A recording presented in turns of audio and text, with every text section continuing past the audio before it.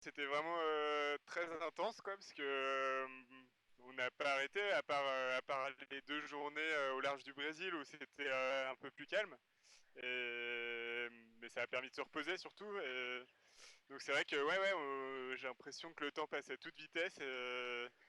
Et voilà, déjà barrer, régler, dormir, et puis un petit peu de quelques petites tâches techniques de temps en temps, ça occupe bien. Et j'ai à peine le temps de faire d'écrire des mails à ma famille tellement ça passe vite. Donc voilà, très intense et puis génial. Ouais, c'est vrai que c'est impressionnant la vitesse du bateau. On joue vraiment avec les systèmes météo, quoi. On arrive à se placer par rapport à eux. Ça, c'est quelque chose que je connaissais pas bien. Donc ça, c'est vrai que c'est assez drôle. Et puis là les petites îles de l'archipel de Tristan d'Acunha, là, c'était une belle surprise ce matin. Là. C'est vrai que ça fait plaisir de voir un petit peu la Terre après 10 jours en pleine mer. Donc voilà, la bonne surprise du réveil.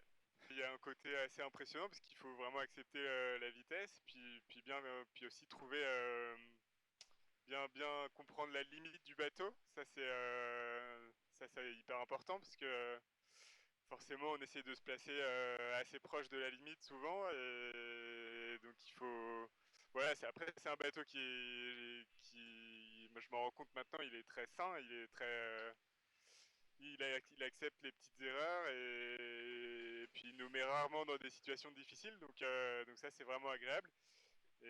Mais bon, ça reste quand même un multicoque, donc c'est vrai qu'il faut toujours faire attention d'avoir les écoutes sous la main prêtes à être choquées. Et on a eu pas mal de conditions de mer différentes, et de conditions de vent différentes, et c'est assez impressionnant, je trouve. Enfin, j'aime beaucoup, moi. Bah alors pour les routages, c'est surtout Francis en fait qui fait les routages et qui discute avec Marcel. Après c'est sympa là, parce qu'on a un système de messagerie instantanée avec Marcel, et donc chacun quand il a le temps ou quand il trouve que c'est important, chacun peut indiquer à Marcel des petites informations sur l'état de la mer qu'on rencontre, sur la direction du vent par exemple. Et puis Marcel, il nous envoie tout un tas d'informations aussi qu'on consulte tous. Ça nous permet d'être tous informés et puis de bien savoir où on va. Donc ça c'est vraiment bien. Il y a un bon partage de l'information.